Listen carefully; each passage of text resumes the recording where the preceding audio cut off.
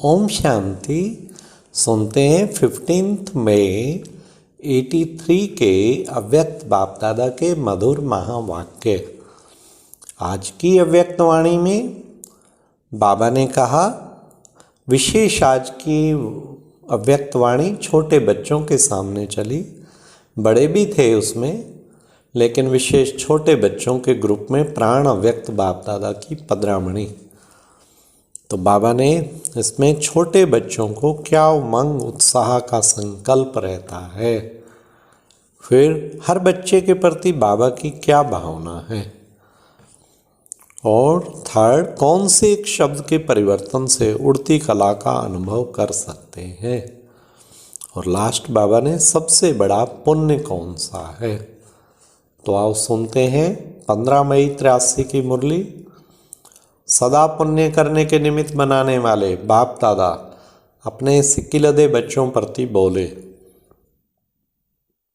आज बागवान बाप अपने रूहानी बगीचे में खुशबूदार फूलों को और कल की विशेष कल्याण अर्थ निमित्त बनी हुई हिम्मत उल्लास वाली कलियों को भी देख रहे हैं। कल के तकदीर की तस्वीर नन्हे मुन्ने बच्चों को देख रहे हैं। बाप दादा इन छोटे छोटे बच्चों को धरनी के चमकते सितारे कहते हैं। यही लकी सितारे विश्व को नई रोशनी देने के निमित्त बनेंगे। इन छोटे बड़े बच्चों को देख बाप दादा को स्थापना के आदि का नज़ारा याद आ रहा है, जबकि ऐसे छोटे छोटे बच्चे विश्व कल्याण के कार्य के उमंग उत्साह में दृढ़ संकल्प करने वाले निकले कि हम छोटे सबसे बड़ा कार्य करके दिखाएंगे। जो राजनेताएं, धर्म नेताएं, विज्ञानी आत्माएं चाहने रखती हैं लेकिन कर नहीं पाती, वह कार्य हम छोटे छोटे करके दिखाएंगे।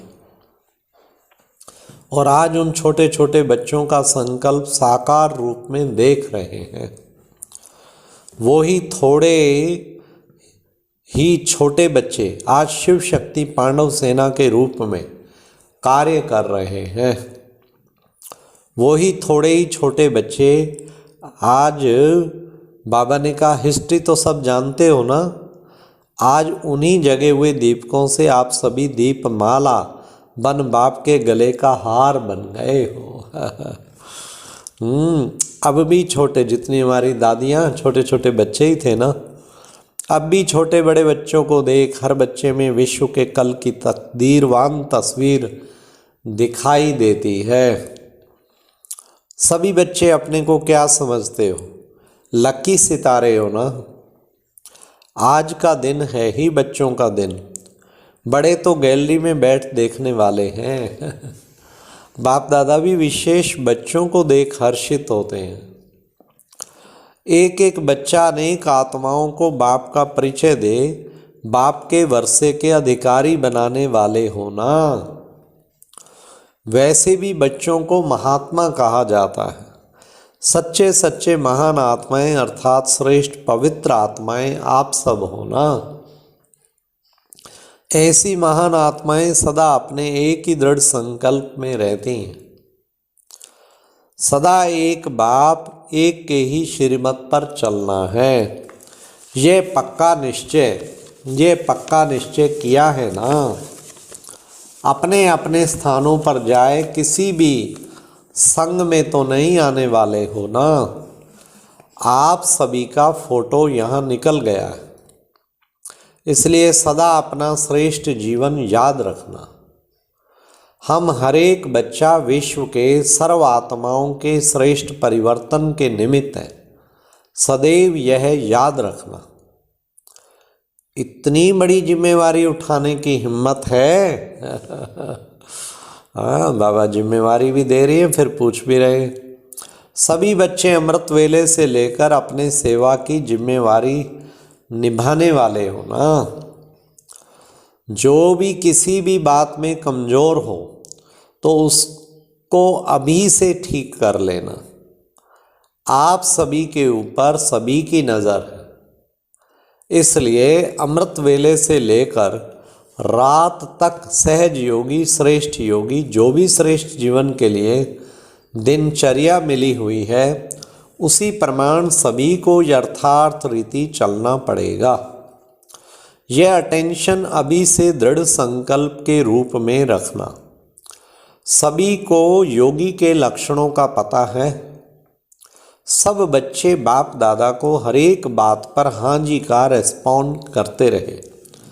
योगी आत्माओं की बैठक, चलन, दृष्टि क्या होती है, यह सब जानते हो ना।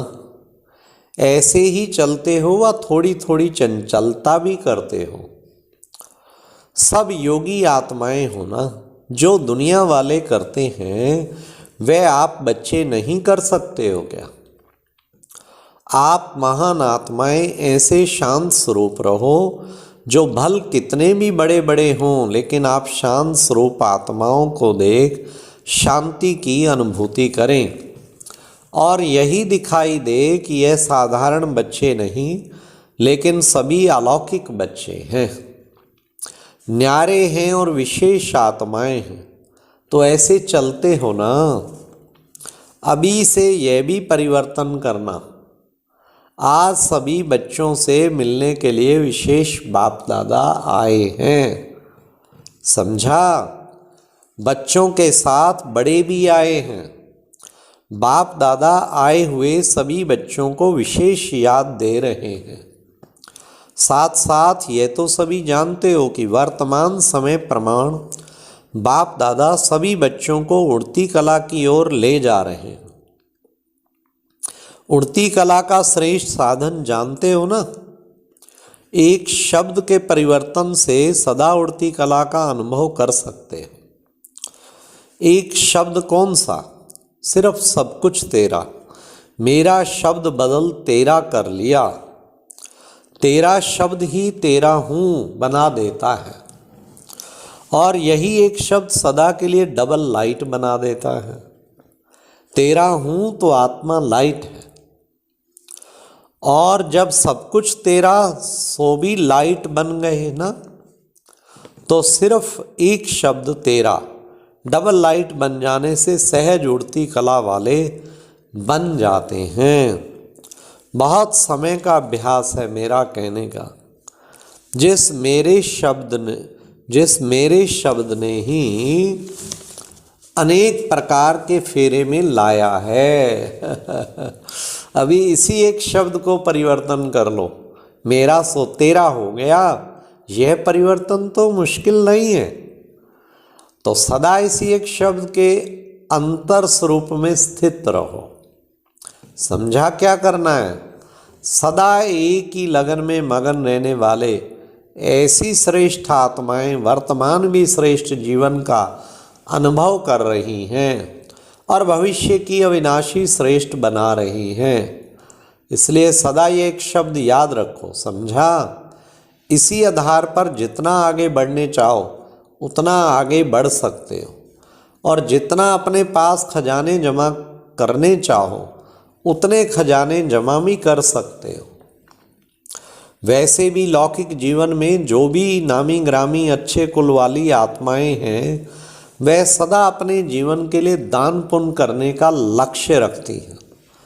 आप सभी सबसे बड़े से बड़े कुल श्रेष्ठ कुल के हो।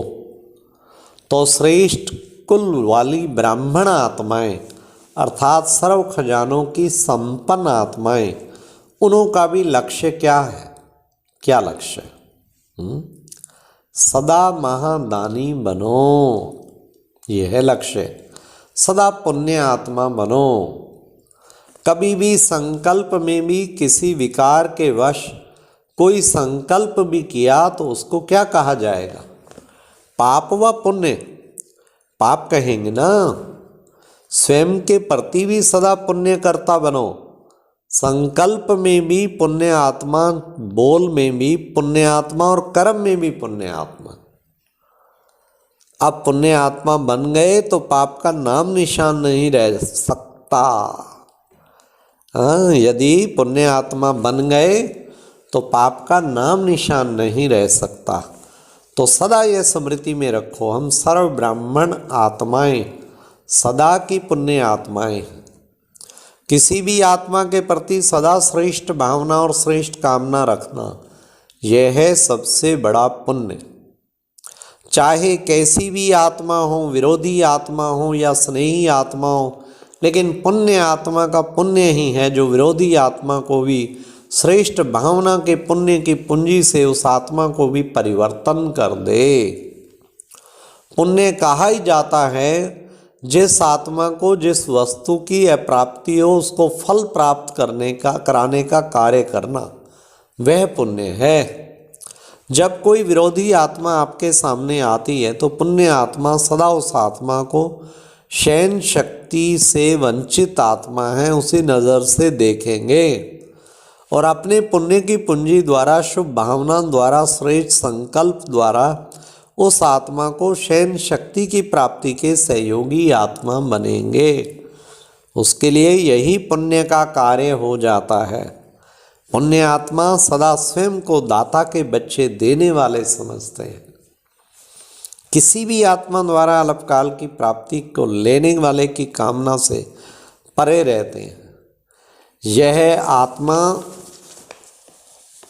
हाँ, बाबा ने कहा यह आत्मा कुछ देवे तो मैं दूं, वाह यह भी कुछ करे तो मैं भी करूं, ऐसी हद की कामना नहीं रखते।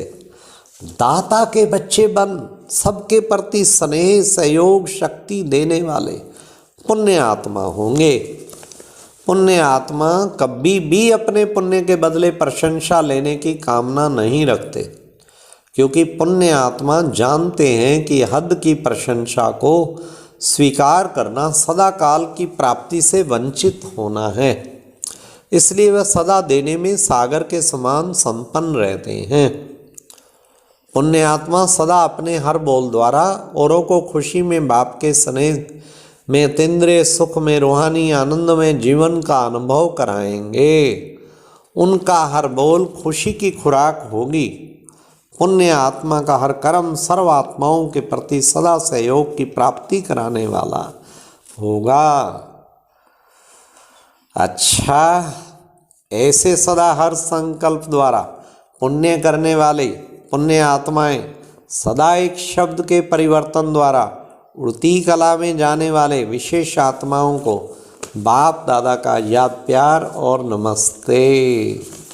अच्छा, तो बाबा ने आज पुण्य आत्मा और उड़ती कला का आधार मेरे को तेरे में परिवर्तन करना, इस पर बताया जो हमें धारण करना है। ओम शांति।